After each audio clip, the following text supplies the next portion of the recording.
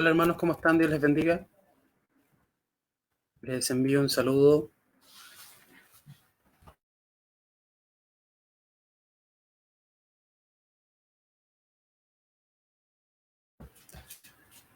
Dios les bendiga mucho.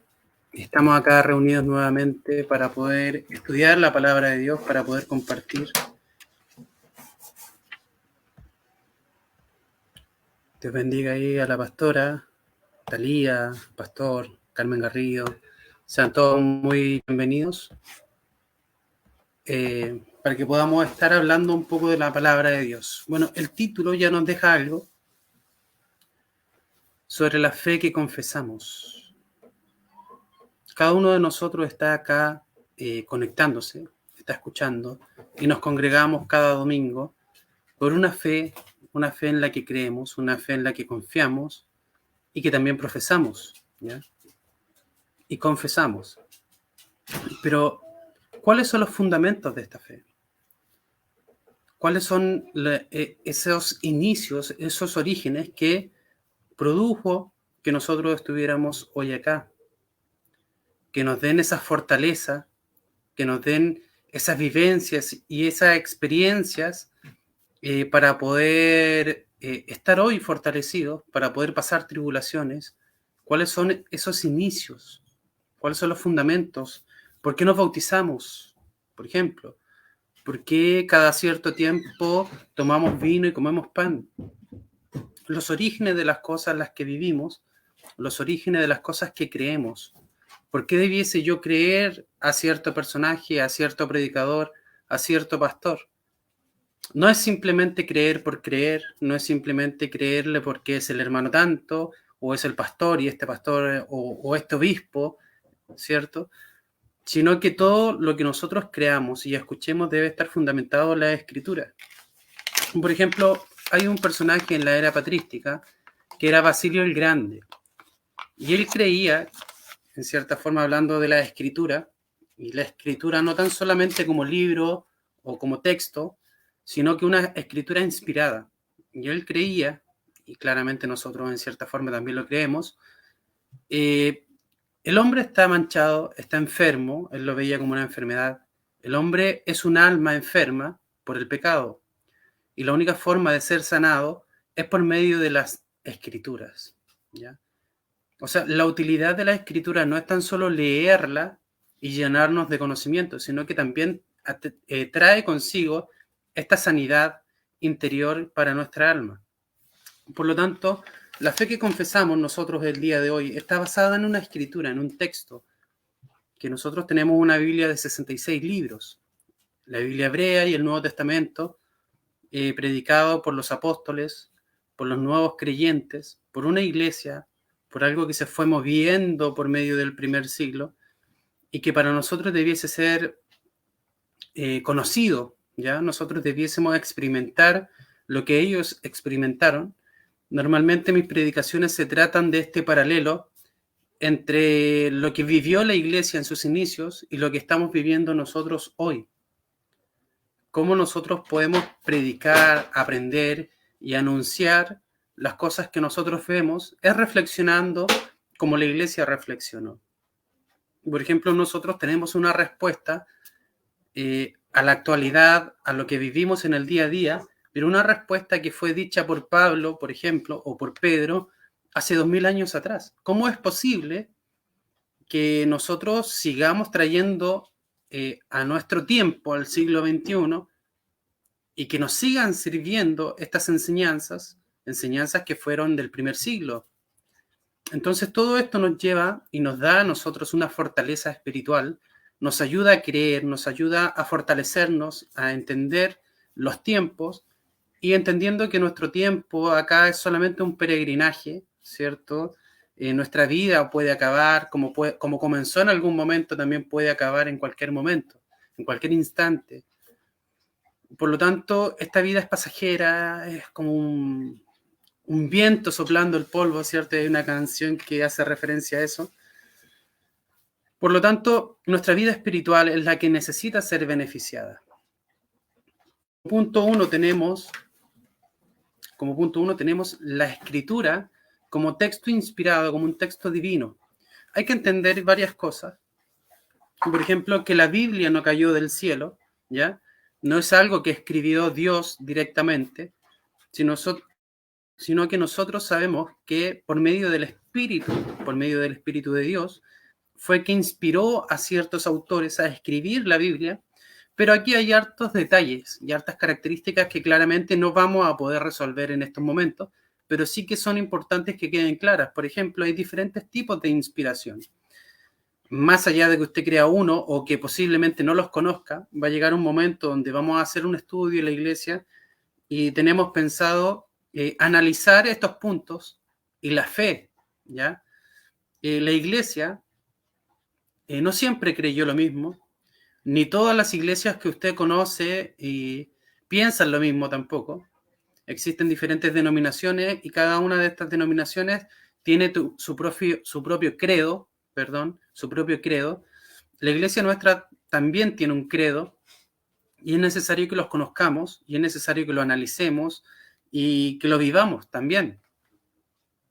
Pero ¿cómo es que nos diferenciamos? Incluso el cristianismo se diferencia de otras religiones también por diferentes características argumentativas, espirituales, también espirituales, y que también son importantes que nosotros las conozcamos. O sea, no podemos ir y venir simplemente porque un amigo nos invitó y yo vengo a la iglesia. O vengo porque no tenía nada más que hacer en la casa, o simplemente por creer en Dios. Está bien, ese es el punto inicial de nuestra fe. El punto inicial de nuestra fe es Dios Padre, tenemos a Jesucristo y tenemos al Espíritu Santo. Estas tres personas son fundamentales para nosotros poder hablar de cristianismo, una de las pocas religiones, si no es que la única, que habla de esta triunidad del Padre, el Hijo y el Espíritu Santo. Por lo tanto, cuando hablamos de la fe que confesamos, hacemos referencia a esta fe que se basa en Dios, pero que a la vez tiene un Hijo y un Espíritu Santo que el día de hoy está atenta a guiar y a exhortar a la iglesia, a los nuevos creyentes. Por lo tanto, si quiere puede ir tomando apuntes. No voy a ser tan extenso, es más que nada superficial, pero sí son puntos interesantes en los cuales usted debe reflexionar. Debe reflexionar y debe saber por qué está acá. Porque si no sabe por qué está acá, me refiero a una religión, a un pensamiento, a una cosmovisión, si usted no sabe por qué está acá, en cualquier momento se irá de acá y seguirá sin saber en otra iglesia, irá recorriendo iglesias totalmente ignorante del mundo en el cual se está moviendo. O sea, si usted quiere estar en esta iglesia, no me refiero al movimiento de Jesús, sino que me refiero al cristianismo en general, debe saber sus fundamentos, debe saber los conceptos básicos del cristianismo que ellos tienen, que nosotros tenemos. Nosotros no nos hacemos parte de lo que vendría siendo una iglesia de acuerdo a la teología de la prosperidad ni de la liberación. No sé si conocerá esos conceptos, pero son movimientos que llevan pasan de lo espiritual a lo material, ¿ya? Hacen ver un evangelio económico que porque usted es cristiano le debe ir bien y debe ser uno de los multimillonarios de esta generación. No, el cristianismo no se basa en eso, no se basa en dinero, se basa en experiencia, en espiritualidad, en hermandad, en comunidad, en estar junto a su hermano, conocer la vida de su hermano, poder apoyarlo, poder exhortarlo si es necesario. Entonces debemos conocer esta fe. Como dije, se basa en Dios, en Jesucristo y en el Espíritu Santo. La famosa Trinidad, ¿cierto? Que el mismo concepto en sí nace en la era patrística, siglo IV, siglo V, siglo III, y está lleno de debates, lleno de concilios, ¿ya? Para poder entenderlo. La gente ahí, hubieron peleas, hubieron discusiones, pero se llegó a comprender, en cierta forma, algo que es netamente divino, ¿ya? Entendemos que Dios trasciende nuestro conocimiento, Dios trasciende todo lo que nosotros podríamos llegar a conocer. Él se revela a nosotros, Él se revela, Él está con nosotros, se comunica y se relaciona con nosotros, pero eso no quiere decir que nosotros conozcamos a cabalidad lo que significa Dios, como su esencia, a eso me refiero. Lo mismo pasa con el Hijo y el Espíritu Santo. Nosotros conocemos simplemente lo que Dios quiso que conozcamos. No podemos conocer a cabalidad todo lo que significan su sustancia, su esencia divina. Por lo tanto, el ser humano, en este caso, proveniente del cristianismo, entendió esta triunidad, esta trinidad, ¿ya? Y ahora pasamos a otro punto también central del cristianismo que nosotros predicamos, que es la figura de Jesucristo. Jesús de Nazaret. Todo lo que eso significa para el judaísmo como para el cristianismo. O sea, el Mesías es fundamental y es la parte esencial de la fe, tanto judía como cristiana. Porque para el judaísmo era la salvación, así que como para nosotros es la salvación. Jesús de Nazaret, o el Cristo, o el Mesías, Jesucristo, no es cualquier personaje dentro de la historia. Es el personaje central y del cual proviene nuestro evangelio. Cuando nosotros hablamos de evangelio, hacemos referencia a estas nuevas noticias de salvación. Si nosotros hoy hablamos de evangelio, es porque tenemos estas buenas noticias de salvación en Jesucristo.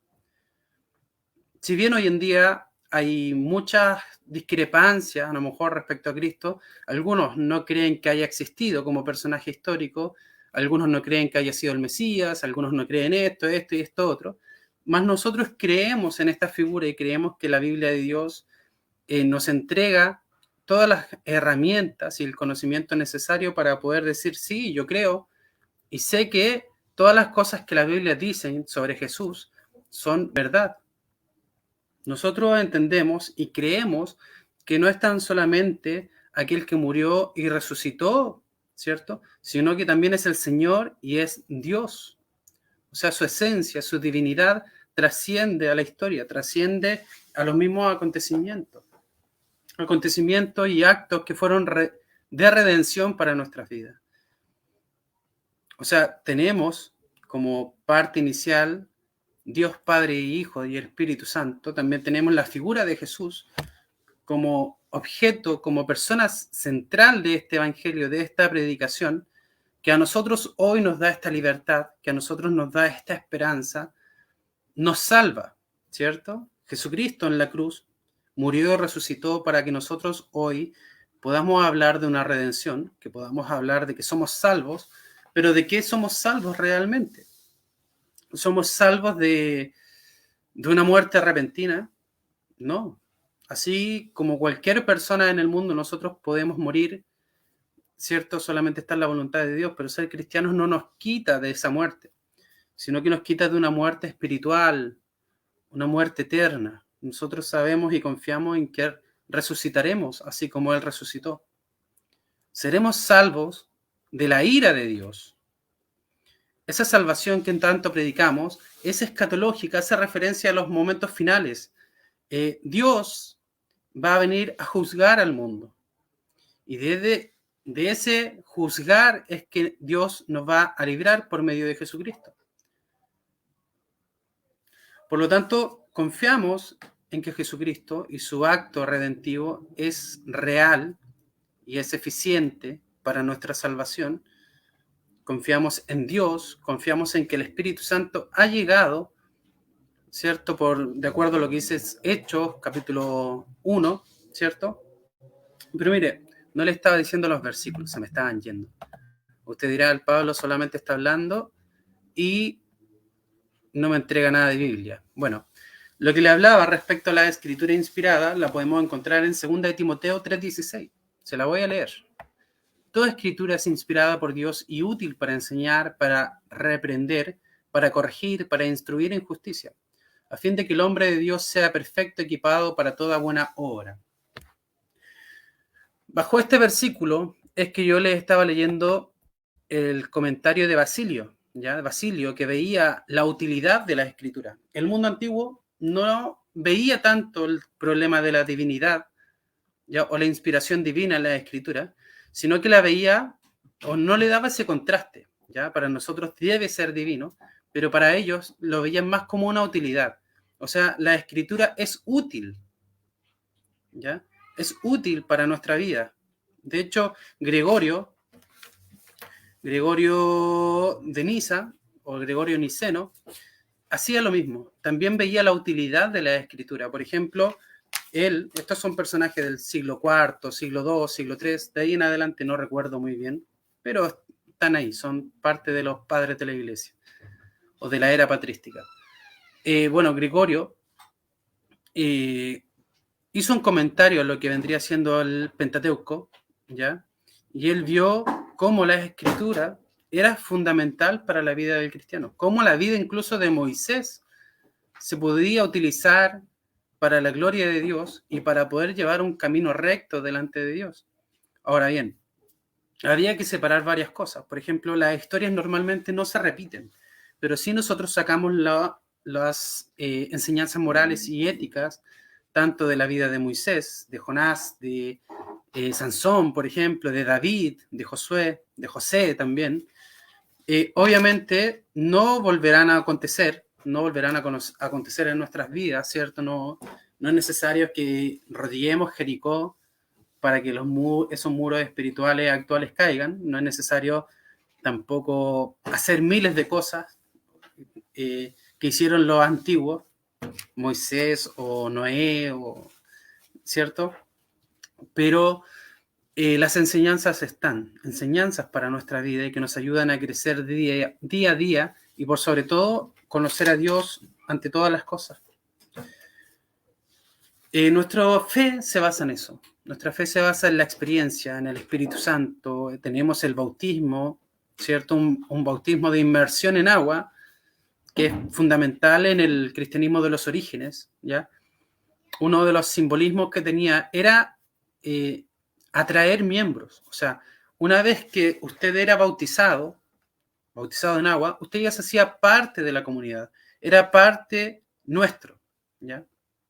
Hoy, para ser miembros, algunas iglesias pasan por diferentes procesos de conocimiento y después de todo, no sé, 1 año o 2 años, usted es bautizado y ya es parte de la membresía de la iglesia. Ahora, eso no se ha perdido, ¿cierto? Con lo que vendría siendo la iglesia primitiva y también lo que es la cena del Señor. Esta parte también es fundamental para nuestros cultos, para nuestras reuniones, que es un conmemorativo de lo que es el sacrificio de Cristo. Un sacrificio claramente que es el fundamento de nuestra fe. Todo esto que les estoy comentando es parte de nuestra vida cotidiana, del cristianismo, es parte de lo que debemos entender, a lo mejor superficialmente, en este aspecto, se lo estoy diciendo superficialmente, pero la idea es que usted profundice aún más, que llegue a leer, que lea, que escudriñe, que estudie, que hable con el pastor y le pregunte más cosas, que pueda usted demostrar esa inquietud por las cosas espirituales. No tan solamente buscar para que me vaya bien, el mundo no, o Dios no trata así por medio de trueques, ¿ya? No es que usted venga y por venir Dios le va a bendecir. Si piensa eso, no, está equivocado, se equivocó de religión. Por ejemplo, acá tengo en Hebreos 11:6, y sin fe es imposible agradar a Dios, porque es necesario que el que se acerca a Dios crea que Él existe y que es remunerador de los que le buscan. Hablamos de cosas esenciales, hablamos de una existencia, de una vivencia, de una experiencia. Por ejemplo, me gustaría hablar no tan solo de Jesús, de Dios y del Espíritu Santo, que a pesar de que no he hablado casi nada de lo que se debería hablar respecto a estos personajes bíblicos tan importantes para nosotros, una persona que se tomó la mayoría del Nuevo Testamento es Pablo, el apóstol Pablo de Tarso, ¿cierto? Un fariseo, perseguidor de la iglesia, que se tomó gran parte del Nuevo Testamento, era una persona elocuente, celosa también de Dios y de la ley mosaica, y esta persona creyó en Jesús como el Mesías. Las primeras comunidades cristianas eran judías, ¿ya? Y debemos entender acá que Pablo no pasó del judaísmo al cristianismo, ¿ya? Esa separación se produjo mucho después, cuando hubo una ruptura completa con lo que vendría siendo el judaísmo, y empezaron esas persecuciones judías contra los cristianos. Pablo creyó que Jesucristo era el Mesías, y él lo entendía de esa manera, y poco a poco se fue separando de su raíz, ¿cierto? Al entender esto, Pablo es el complemento o la finalización de su credo o de su cosmovisión, ¿ya? A esto nosotros luego lo llamaremos cristianismo, pero esto era un movimiento judío. Jesús era judío, y parte de este credo, de esta iniciación de Pablo, es haber reconocido a Jesús como el Mesías, como el unigénito del Padre. Nosotros lo vemos en el Nuevo Testamento, en Romanos sobre todo, que es como su carta magna, hablando de una justificación, hablando de la importancia de la cruz, la importancia de esta redención, Pablo haciendo siempre este paralelismo de Jesús y el sacrificio del tabernáculo, de cómo esa sangre nos purifica, nos guía, y que Dios ya no nos ve directamente a nosotros, sino que nos ve por medio del Hijo. Así que Pablo para nosotros es un personaje o un prototipo de nosotros mismos, llegando ahí a reconocer a Cristo, entendiendo todo este movimiento y cómo ellos aprendieron también. Entendamos que el judaísmo era muy hermético y tenían sus convicciones claras, pero en el judaísmo no existía lo que era una resurrección en ese momento. Por ejemplo, Jesús cuando está con Marta y ocurre la muerte de Lázaro, Pablo le pregunta, si mal no recuerdo en Marta, ¿tú crees, hace referencia, ¿tú crees a la resurrección? Sí, nosotros sabemos que a futuro todos resucitaremos, ¿cierto? O sea, hablaba de una resurrección universal. Más Cristo en ese momento iba a mostrar su gloria, iba a mostrar su poder y obviamente siempre bajo la mano del Padre, y resucita a Lázaro. Y luego resucita a él. Y luego tiene la promesa de que todos resucitarán. O sea, todo lo que nosotros conocemos como cristianismo era algo que se fue formulando en ese momento. Se fue creyendo, se fue desarrollando, se fue pensando. ¿Ya? Imagínese usted lo que pensaron a lo mejor Pedro, Tomás, Juan, ¿cierto? Bernabé, cuando el Mesías murió. Imagínese su forma de ver, su propia fe que se había ido formando, cuando aquellos que ellos esperaron por muchos años, ¿cierto? Y por muchos siglos, ese advenimiento del Mesías, y resulta que ese Mesías estaba colgado de la cruz. Cómo se tambaleó su fe, cómo se tambaleó todo lo que ellos creían. Pero luego de eso, ellos vieron a este Cristo resucitado y dijeron, wow, hay muchas cosas todavía por aprender.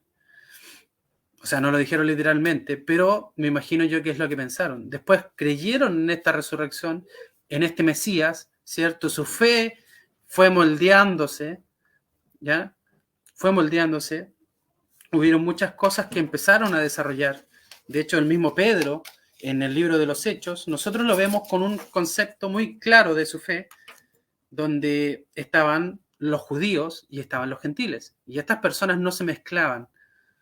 Y resulta que Pedro lo llamaron y tuvo que ir a la casa de unos romanos, de unos griegos romanos, y se dieron cuenta que Dios se había revelado también a ellos, como también en una visión en la parte superior de una casa estaba Pedro, cuando también se le reveló a él, y se dio cuenta que no tan solamente para los judíos era la salvación, sino que también para los gentiles.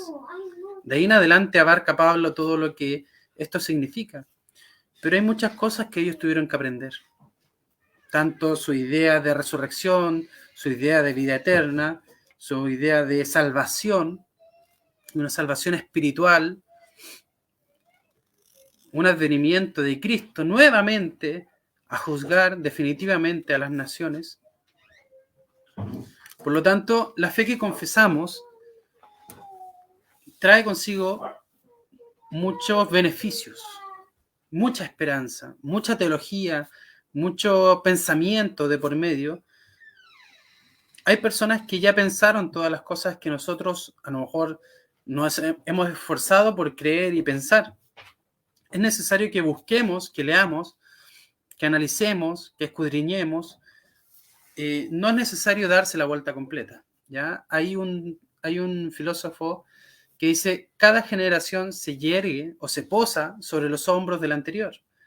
Es necesario nosotros leer también a nuestros antepasados, a nuestros hermanos en la fe.